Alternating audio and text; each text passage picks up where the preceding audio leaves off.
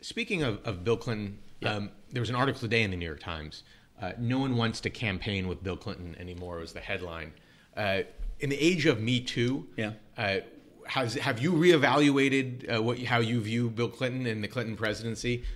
I seem to be the only one who hasn't, but I mean, I'm a white male, so I'm not sure. On the political part of the Times story, I think most importantly to a credit to the Clintons, just like Nancy Pelosi, is that these people say, and I'm quoting Nancy Pelosi, quoting former Raiders owner Al Davis, saying, "Just win, baby." Like, they don't care. If you're going to win by having me, great. If you're going to win by ignoring me, great. If you're going to win by saying I'm bad, great. And I know a lot of people, I think, who want the party to win, subscribe to that.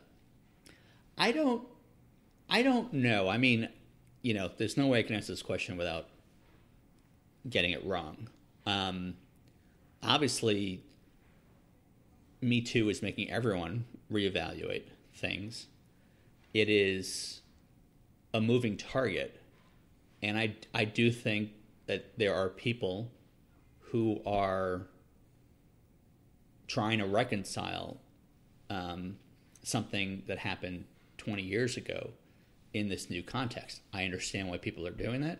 I also understand why people say it's been dealt with.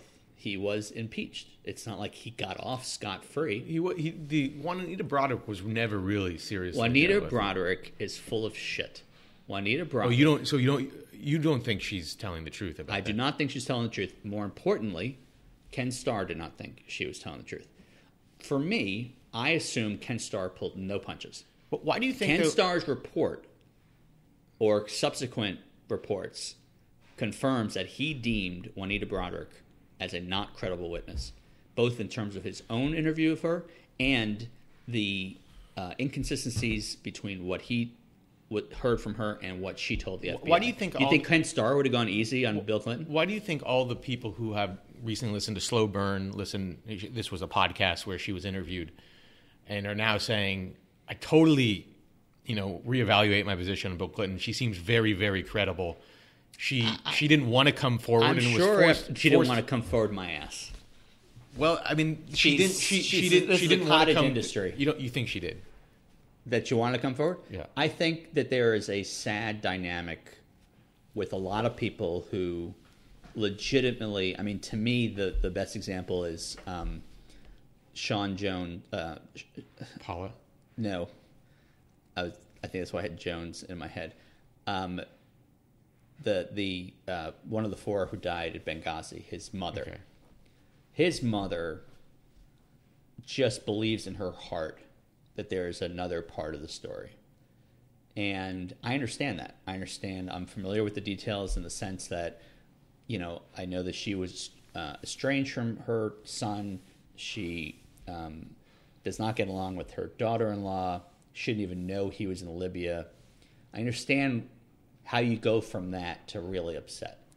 And I do believe that people have taken advantage of that to whip her up and use her for political purposes. But in the case, and that I find sad, and I think that's in the case of Broaddrick, she does seem have more credibility than almost certainly any of the Kavanaugh people, because she can name contemporaries. These are false comparisons. She was a Democrat. But these are false comparisons. What is the? Why would she? I mean, if you heard one of the Kavanaugh, first of all, one of the Kavanaugh women is being pretty uniformly dismissed.